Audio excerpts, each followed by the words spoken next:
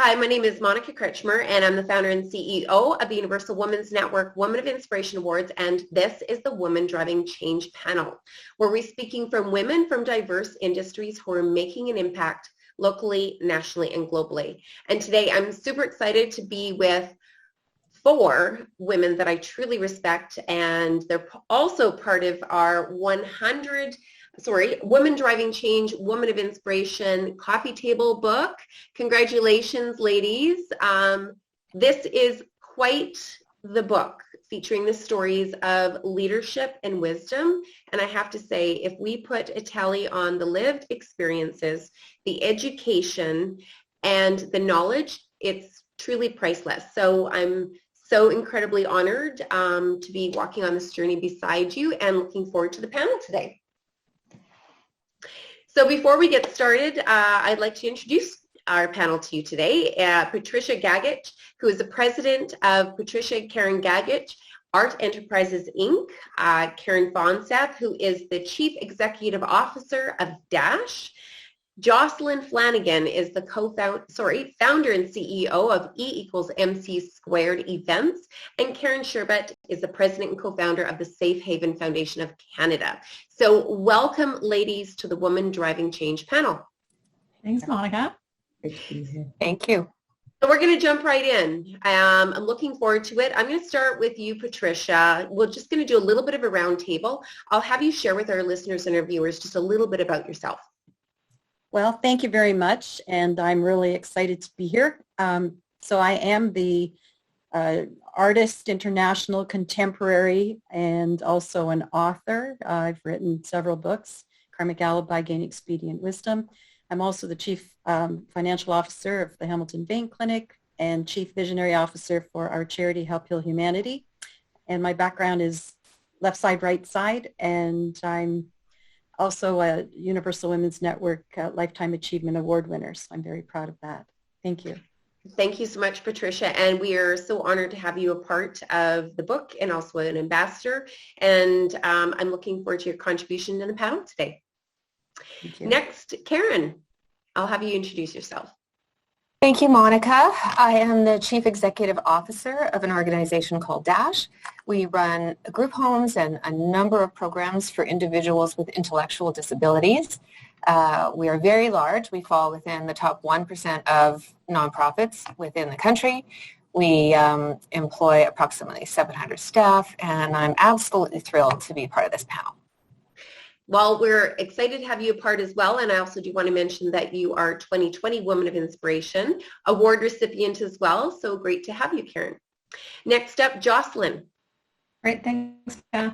I'm Jocelyn Flanagan, founder and CEO of =MC² Events. So we are an event production company. We started the business 20 years ago in Calgary and have spread ourselves across the country, and I'm in Ontario now with the team. We produce events of all shapes and sizes, and we've had the opportunity to work with many great charities, entertainment organizations, and corporations around the world. And one of our favorite clients is Karen Sherbut, who is next to be introduced here on the call.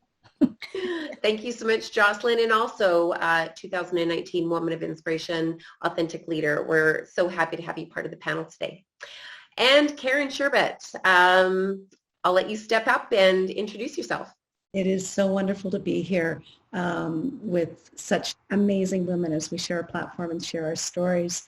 And it's wonderful because there's 2 individuals here that we go back way back. And Monica, it seems like you've been in my life forever. So, but as the co-founder and president of Safe Haven Foundation of Canada, I, on a volunteer basis, oversee an organization that my husband and I started 25 years ago that provides homes and the wraparound supports for homeless and at-risk girls, as I had once been, which is obviously where my passion comes from. In the other part of my world, I work with my husband in his business as their vice president of marketing, and I am a national ambassador for the Universal Women's Network, as well as had the honor of receiving a 2019 award from your organization, Monica. Well, we are so excited to have you, and as I say, we've got such a wealth of experience and wisdom today, and I'm just going to jump right into the panel, ladies. When the world stopped, women kept going. Women around the world were deeply impacted, and as we emerge from the pandemic, the collective voices from women like yourself with diverse backgrounds are driving change that we need to build our economy, bring hope to our communities, and to raise our families. Now, with that said, this is the decade for women to drive change. So our first question, I'm going to start with you, Patricia, is what is the turning point or experience that ignited your leadership voice to drive change? So having a very extensive background in finance, I was a very young girl. I was 25 years old when I was one of the first female Canadian bank managers. And that goes back into the 70s. So I think right now, if I'm going to encourage anyone to look at the turning point, I would say it would be not probably far off of being around 30 years of age. And that, having such a long career before I turned 30, then sort of pivoting, and I hate that word, but pivoting into a courageous dive, which was from that to art and music, and I really just had to get my feet wet. So there are a lot of parts to this puzzle, and I think making choices using stamina, but most of all having the courage to just be in the experience and feel as if, even if you fail or it doesn't give you the result that you're sort of thinking of, it's still going to give you an experience that you can benchmark for the future. Beautiful. And, I think that coming out of the pandemic, there's lots of women that are pivoting, or, there's lots of turning points in lives and transformations. So I think it's really important to see that other leaders have done it successfully and continue to soar and create new roads and pathways. So thank you, Karen. Patricia.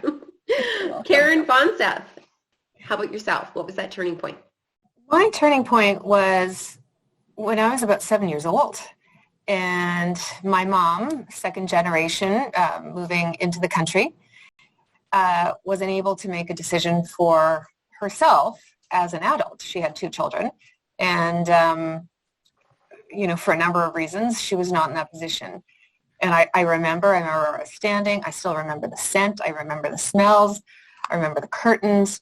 And I thought to myself at that point, I'm going to help her, and I will never, ever, ever let that happen to myself. I believe this is a decade for change. I think the world has shifted a lot with the pandemic.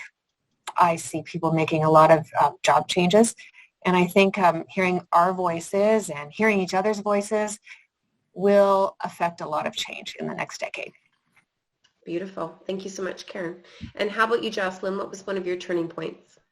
Well, it's interesting for me. I know I've shared this with you too before, Monica, but I never felt that being a woman there were any barriers to my entry into certainly my industry or really anything I did. But that's, that goes just to the support that I had around me growing up. And it wasn't really until probably 10 or so years into my business when one of my female younger staff really pointed it out to me. I mean, sat down with me. She called me in after a meeting where I had said something, and she said, can we just talk about this, because you don't realize how impactful you are as a woman, and you need to, stand up, with the feminism, and however she worded it. And we just had this very lengthy conversation about what it meant to her, seeing me as a woman leader and the impact that that's having on her.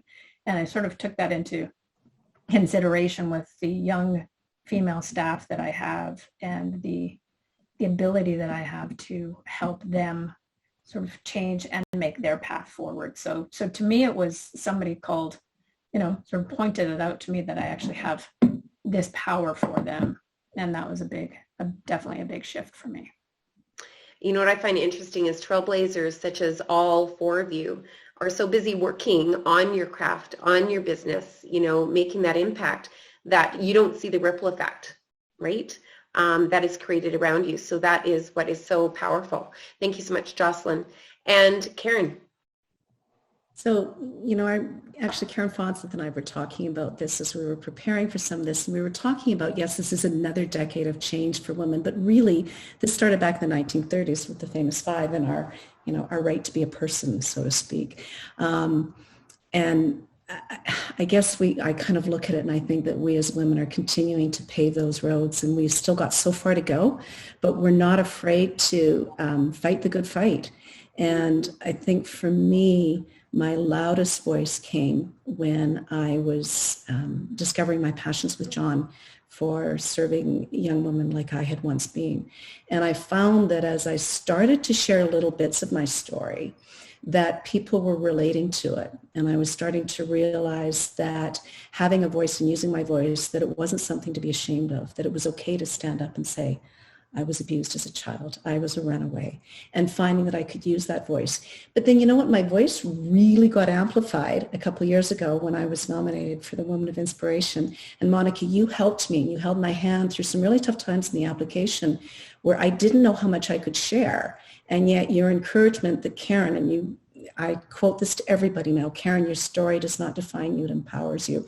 And that was really where I started to find my voice in a confident way and realize that my story will help lift others up, not necessarily just girls like I once was, but all of us, so that if we can create networks, if we can leverage our stories, no matter what that background is, we have that opportunity to lift and elevate women and to inspire everybody to be the best they can be in making this a great world.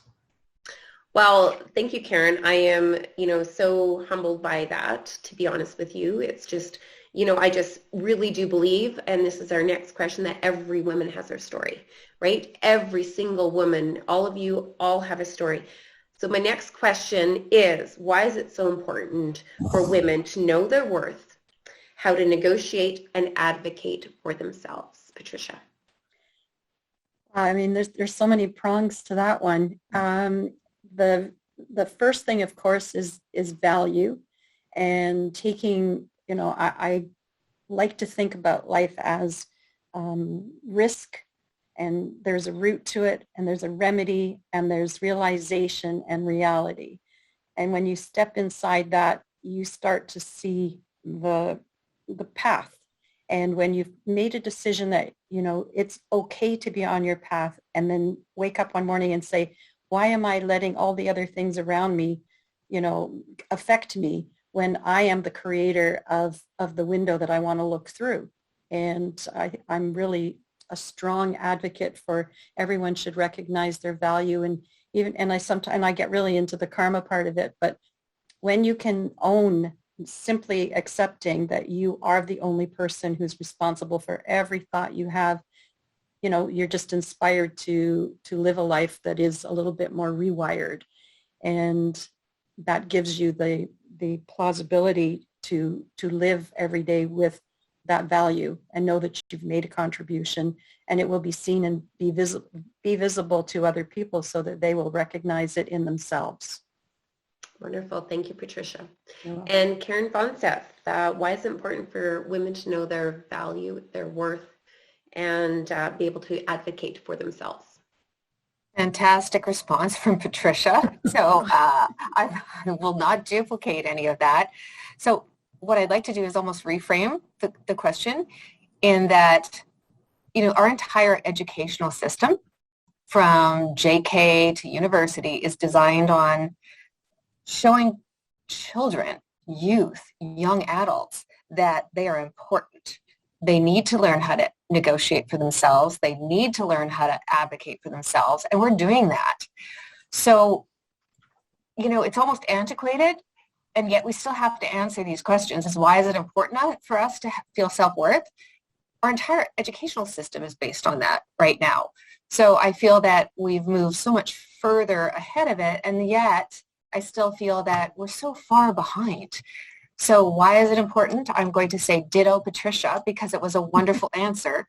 And we are still moving mountains for our daughters in this country and globally. And I believe that's why it's very important. Beautiful. Thank you so much, Karen. And Jocelyn, why is it so important?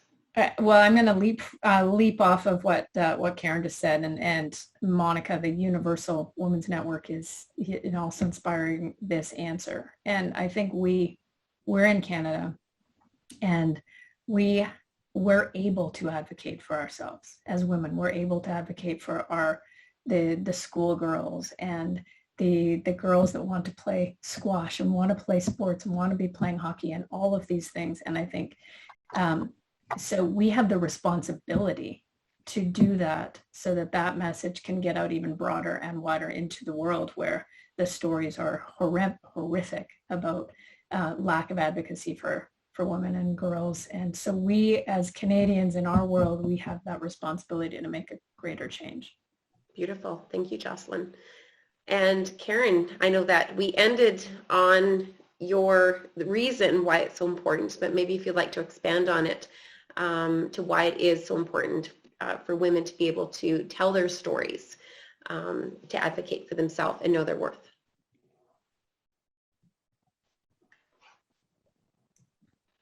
How do I echo Patricia and Karen and Jocelyn on this one? But we have so many stories, and yes, we need to be bold on sharing our stories, but also in acting on them. And I think one of the first things that I learned, and I can only really speak about my experiences to share them in the hopes that others might get a glimpse of what might be relevant to them, is that you need to count on yourself. And it sounds hard, but it, at the end of the day, is the only thing that we can control. So we need to be able to be confident to advocate for ourselves, to know that pretty much just about anything is negotiable when you're talking in the corporate world. We need to be able to own our own lives. We need to have that voice, and in doing so, I think having our own voice, I think quite organically, we become a voice for others. And we build our community that we're sometimes not even conscious that we're building until somebody shares a story about something they heard that you said that resonated with them, and it really fuels my soul. I think we treat each other how we're based on how we want to treat ourselves. So if we show up strong, equally capable, worthy, I think we stop real hard and quick how others have the opportunity to treat us. So that kind of leads me into the next question, ladies, is, women are seen, heard, and valued. That's really important. Of course, we've just discussed that. Celebrating the achievements of women is also very critical. But why is it so hard for women, or why is it so uncomfortable for women to step into the spotlight? And how have you overcome this barrier? So I think confidence is something that it doesn't matter if you're 2 years old, 25 or 50 or, much older, confidence just sits there. It gets knocked off the shelf, and then it gets put back on, and it gets knocked off the shelf, and it gets put back on. So I always struggle. And I think, the humility that you have to be able to just wake up, stand up, and just stay in that space it's just huge courage, and that's a very dark place for a lot of women. It's a dark place because they've either been alienated or they've been pushed into it, and there's a lot of bullying that goes on, coming from corporate background to my own owning my own company and managing people, and you just sit there and you say, okay, what can I offer that will keep me in the forefront, but still I'm not going to neglect myself. And that confidence just, you have to make a decision. It's like your mantra. I am confident. I will be confident. It is okay to get, knocked down, and then surround yourself with those people who have the same courage as you. To make those shifts. And I know it still goes back to what I said earlier. It's risk. We risk so much. We think we're going to lose. But at the end of the day, you still only have you. And you have to be, by your best example, the person who can, in fact, live that day right to the very end yourself. Yeah. Beautiful. Thank you very much, Patricia. And Karen, why is it so uncomfortable for women to step into the spotlight? And how can you encourage them to overcome the barriers? Well, next panel, don't put me behind Patricia because this is very difficult.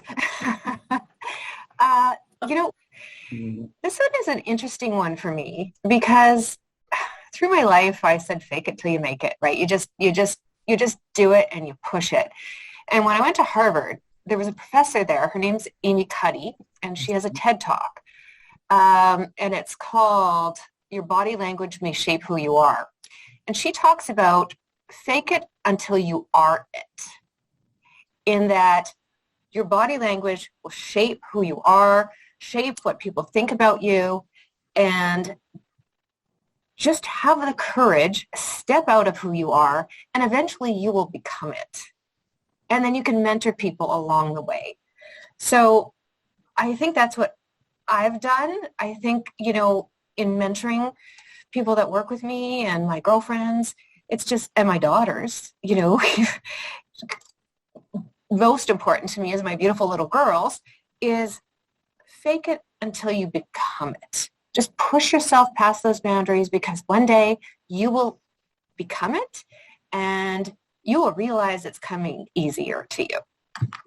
Beautiful. Thank you so much, Karen. And Jocelyn? The saying that I learned, I think, day one on starting my business was act like you belong and you belong. So that's a similar, in similar vein.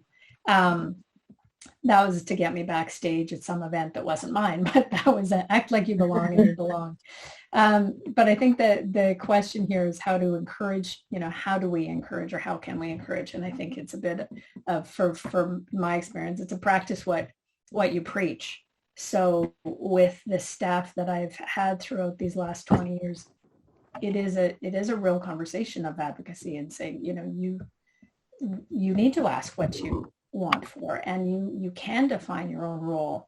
Even within my organization, you can define your own role. So just, it's about a communication piece. And so you know, if I just think of sort of my micro niche, I can start small and create that advocacy, and that I'm welcoming those conversations and encouraging those conversations. So I've had, you know, people start with me as a volunteer basis, are now, you know, creative strategists have been with me for 17 years in the business and been able to sort of follow their own path because that's been encouraged. And so again, it's taking that step for me within the business and creating that and encouraging everybody else that comes to me for suggestions, or that mentorship piece is just plain and simple, and encourage and support them. Ask what you want. And I've crafted a lot of emails for people looking for jobs. I've crafted a lot of, you know, different types of communications and questions for people. So I think we just need to do our, like, step into it and play that role.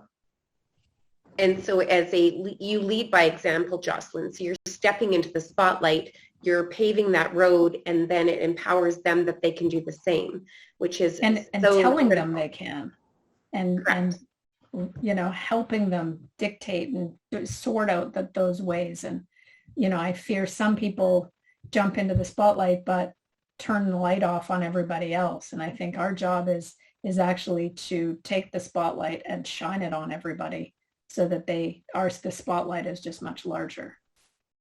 Beautiful.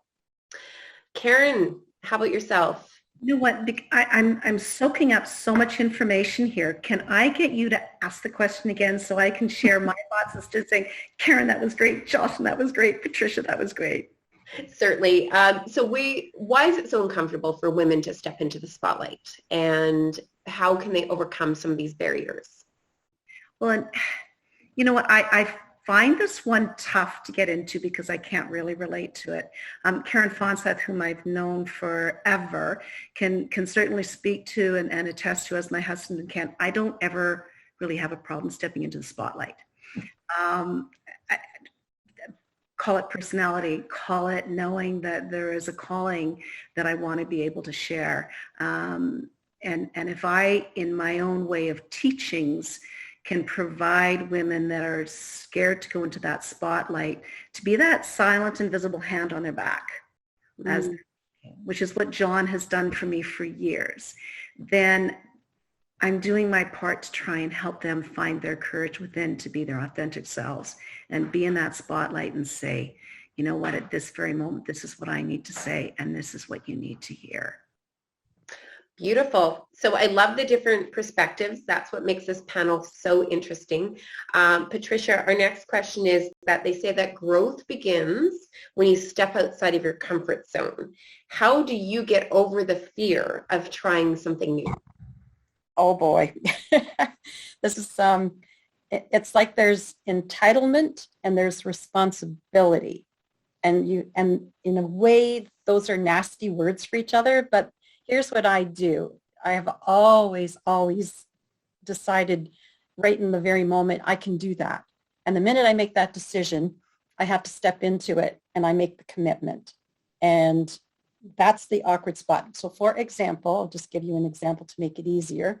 I am now working with somebody on a collaboration on an art piece, which will become an NFT, which is a non-fungible token. So we're getting into the whole cryptocurrency venue with art and music.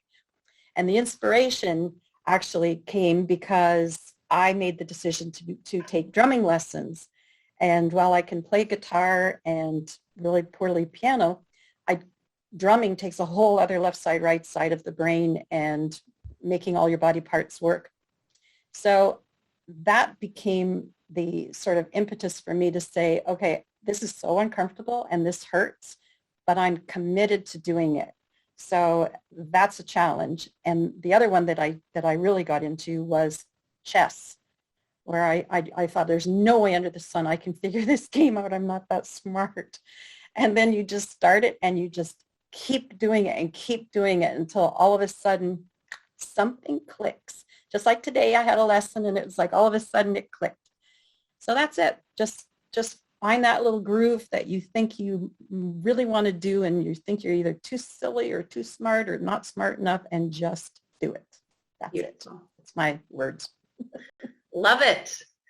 Karen Fonseth, how do you get outside of your comfort zone? What can you do to step outside of your comfort zone? What worked for me and my recommendation is to always pull in a mentor. You know, I've never had anyone say no, right? When I ask for a mentor, and if someone calls me up, I'm happy to mentor. And I tell people that all the time. Call someone and say, can you mentor me? And they're not going to say no. So when you have that, as Karen Sherbut said, that, you know, that hand behind your back that's pushing you all the time, and Karen has been that hand behind my back 40 years later. You can do it. You can do it. Go, go, go. It makes it so much easier. So if you don't believe in yourself, or you're a little nervous about believing in yourself, get that mentor. You know, rely on a friend. And if sometimes our friends, we sink to a certain level, not to put that in a bad way, but then find that mentor that will say to you, yes, you can do it. You can do it. You should do it. You should do it. And then all of a sudden, you don't want to let anyone down. You step out and wow, you did it. So that's been my experience in life. Thanks to Karen being by my side for 40 years, Monica, you being part of my life, some fantastic male mentors, and that's what's worked. Beautiful. And Jocelyn, how do you get over the fear of trying something new? You know, I think some of it is just what we are born with, and there's no getting around it. I've got many favorite sayings, but one of them is jump and a bridge will appear. And that has always been, I've always had that mindset. I don't know where it came from, but it has always been my mindset. And I have crossed the world with with a job in mind and stand on the dirt road in Spain and look knowing I can turn back home, but I'm going to turn this direction and start something new in that moment and come back to Canada and start a company. And my mindset and what I encourage people to think about is, if you don't like it, if you don't succeed, you can turn around, nothing is permanent. And so to me, the risk reward is something to not be afraid of, because there is always a bridge and you will always land. So it's a question of the support system, obviously. So if you are going to land, sometimes the landing is nice and soft, sometimes it's a little bit more prickly, but that's where you've got a really good support system around you. But the idea for me is you don't win, you're not going to win anything if you don't try. And don't be stupid about that, but go in with that open mindset of jump, a bridge will appear, and that bridge is going to take you on paths that you could never have dreamed of before. So that's what I was born with somehow. And somehow I think I was born with that same mindset, because bridges do appear, and you've just got to believe so strongly in your vision that it might not be the bridge that you intended to land on, but it's still a bridge nevertheless, right? So super important. Thank you so much, Jocelyn. And Karen, how do you get over the fear of trying something new? I want to take what Jocelyn said just a step further, because that saying reminds me of when we first opened our homes at Safe Haven, and we had an artist commissioned to do a drawing of a photograph she had found, and it was a picture of a woman taking, it was a tree actually that looked like a woman taking this leap across this huge cavern. And the saying that we had was, take your leap of faith, the net will appear. And it resonates so much. And I listen to all of you ladies, and I think, man, we all have to sit down with our women and our young girls in our homes and our alumni, because there's so much knowledge to be shared here. And finding our comfort zone is such a great topic for leadership, which is, obviously, Monica, why you chose it. But I think that comfort zones can be a double-edged sword, because there's part of us that by human nature, we want that comfort. We want that grounding, and at least 1 foot solid on the ground, because that's what's normalized and safe and predictable. And I find for myself, when I get to that stage, I find that I get quite boring. I don't really enjoy my own company. So I wonder what others think, because I think we want to be able to be challenged. We want to dip our toes in or our foot. And sometimes, like, you, Monica, who dives in head first all the time. I'm not quite there, but I think that being able to reach outside of our comfort zones and take those risks. If we don't take our risks, we're living in status quo. And it doesn't work for me, at least, in terms of living status quo. I think we want to leverage our ability to be able to move mountains by taking those risks.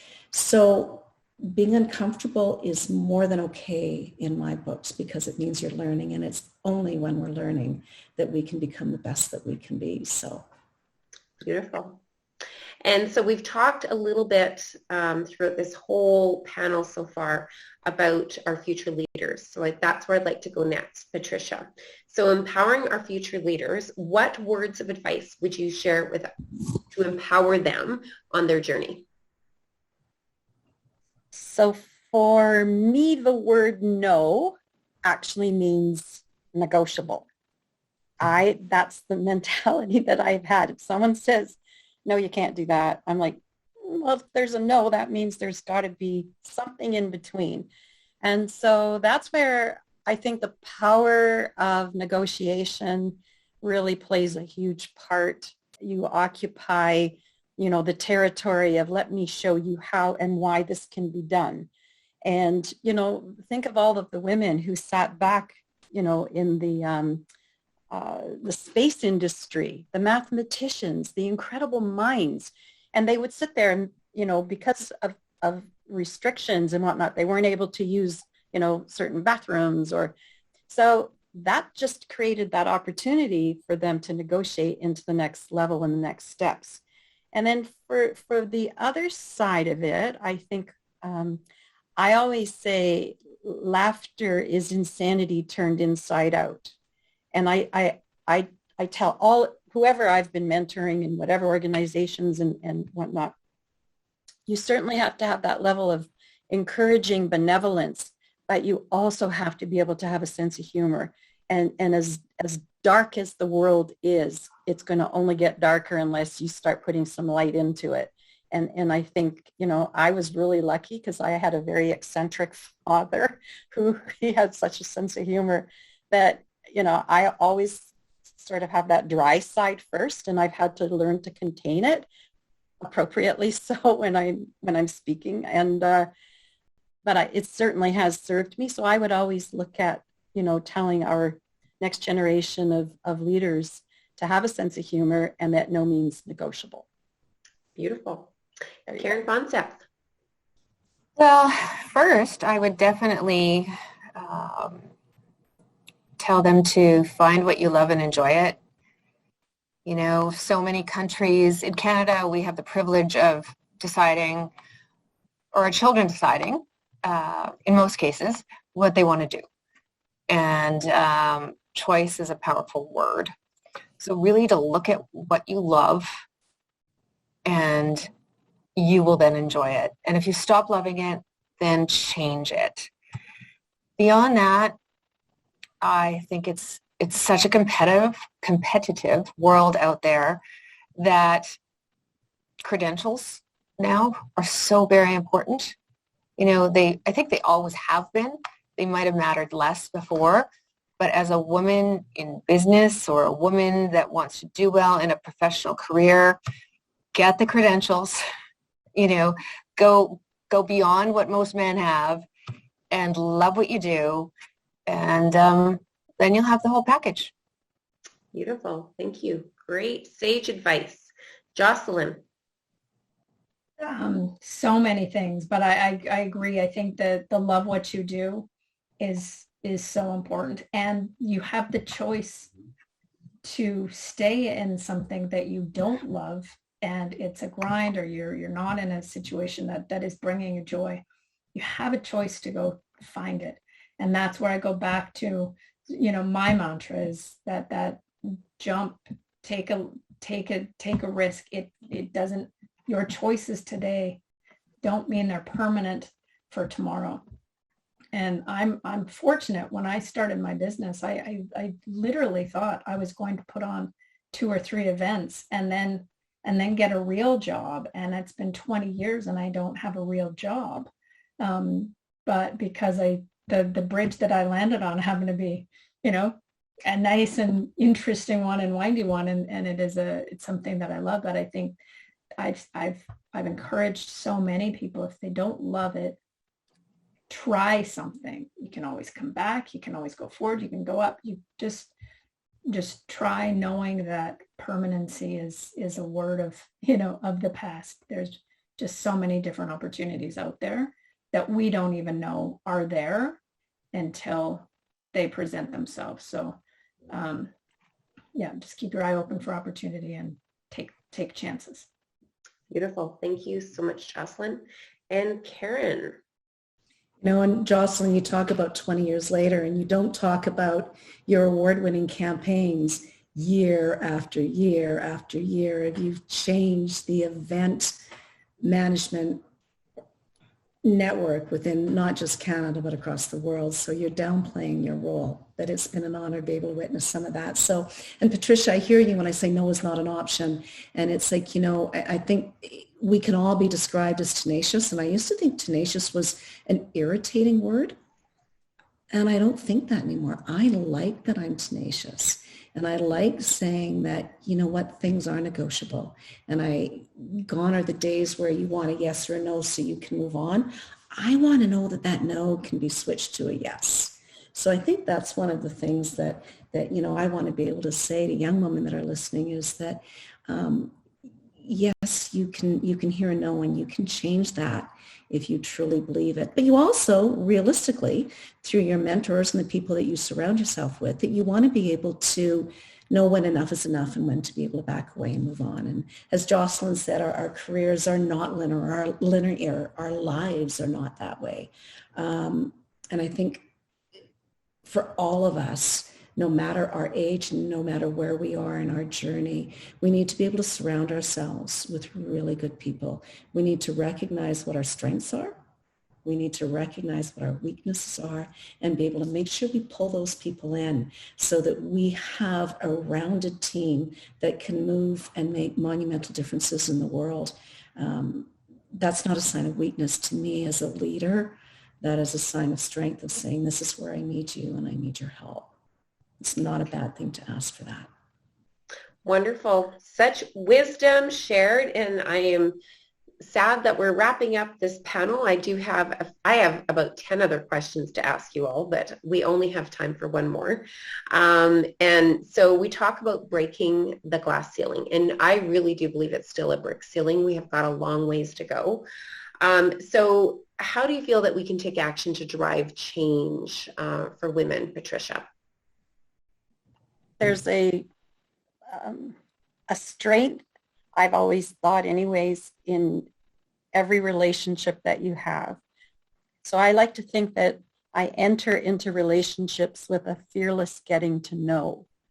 Because once you do that, once you know what who are your competition, who are the players, in my world, if I just look at the art world, I was trained by a master in France who always said to me, Patricia, and I'm up against the wall here because I'm female, I'm Canadian, it's abstract, it's contemporary, and that world is only filled with men. And so my mentor, who is a man, said to me, always know what everybody else is doing. So it's a fearless getting to know what they're doing, know what their thoughts are, know where their direction is. And then just like in music or in a good painting, you steal part of something that you really like. And then you steal something else, and then you put it all together, and then it forms, it forms you, it forms what you're about. So I think that being afraid to ask questions, being afraid to step into that relationship with the person who you're, either working with or you reporting to is a detriment. I think instead of having that up as an obstacle, then I want to say to you, have a fearless getting to know, and it will make a difference with, loving options. Beautiful. Thank you, Karen. Thank you, Patricia. Next, Karen. I need to not follow her. That's the whole point in this entire panel.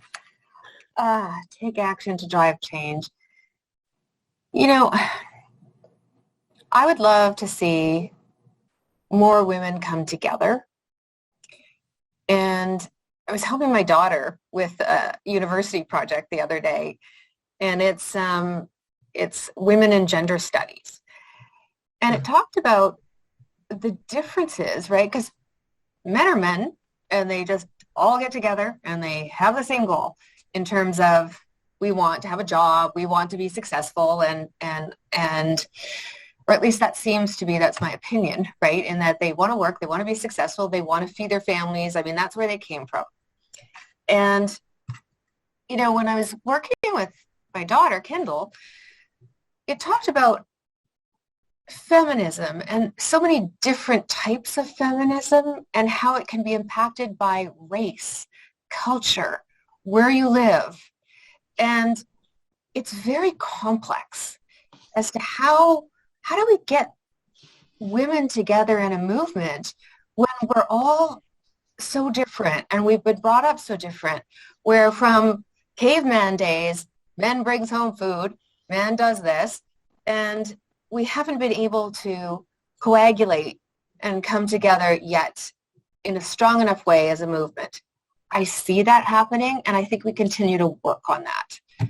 And as we continue to work on that and educate our daughters, I feel that we can get there. Beautiful. And I think that's just, what we're hoping to do right now, as we have proved that we have so many different voices and experiences, but yet we all have the same passion. We want to drive the change. We want to raise each other up, and we want to move forward. Status quo is not okay with us. So thank you so much, Karen, for sharing. Jocelyn. Thank you. We spoke about this a little bit pre-panel, and I just want to touch on this now about the women legitimately supporting women and the importance of that. And I think if we look back, not even that far back into history, where when there are limited jobs for women in any industry, there is a fight between the women to get the one job that exists. So it's been more elbows pushing other women out of the way. And that has been to the detriment, obviously, of all women. and the equality, the whole movement. So we have been a factor in our own challenge in the past. And I think by everything, Monica, that you're doing and all of the other women's networks out there is that shining that light on all women. And by doing so, we're raising each other up. We are no longer getting the elbows out to push each other out of the way for that one spot. So I think it's something that, again, I'm proud to be a part of this. And kudos to you, Monica, and everyone for taking that charge and making sure that we support each other. Beautiful. Well, there's a heart going out to you. You're filling the buckets like overflowing. That actually gives me motivation, to be honest with you, to keep driving that change. Hearing that feedback and knowing that it does make a difference, it does help, right? So thank you very much. I appreciate that. Karen. So I love hearing the wisdom that's being shared from Patricia in terms of being fearless, and Karen in terms of how do we work together to elevate women, to Jocelyn talking about supporting women at all levels. And I don't think any of us want, we need to eliminate that tall poppy syndrome, which can devastate women like this. And it's really sad that that happens. And I think if I can try and bring this full circle, I did some research a while ago, and I read that if you interview a 6-year-old child, boy or girl, and you say, draw a picture of somebody that is a scientist, a professor, a CEO, invariably they will draw a picture of a man. And it reminds me of like many years ago when Michael was 4 years old and I was in a Safeway, and he was asking me about what I was doing for Safe Haven Foundation. And he said, but are you the boss, Mommy? And I said, I am. And in a really loud voice for a little 4-year-old, he said, but Mommy, you can't be the boss. You're a woman. And I stopped dead in my tracks, and I could have sworn everybody in the Safeway was looking at me, and it was like, wait a second. Now, if you talk to that same boy 20 years later, he's going to share a very different story of how he views women. And I think what we need to be doing at all levels, at all ages of womanhood, is we need to be able to help make sure that 6-year-old child draws a picture that isn't necessarily man. Beautifully put, Karen. I agree. And let's paint our own pictures of what it is to be, a leader. And let's encourage more women to be a leader. And not all leaders have to be at the C-suite level. There's leaders and various levels of your organization. What is leadership to you? And, so I'm really, really excited about the opportunity to be surrounded by such, how would you say, servant leaders. I think I would call you, each of you are servant leaders, and you openly share your wisdom. And I think that's what we need to do, is we need to keep paying it forward, passing that baton, slingshotting women forward and supporting each other. So I'm thrilled to be on this journey with you.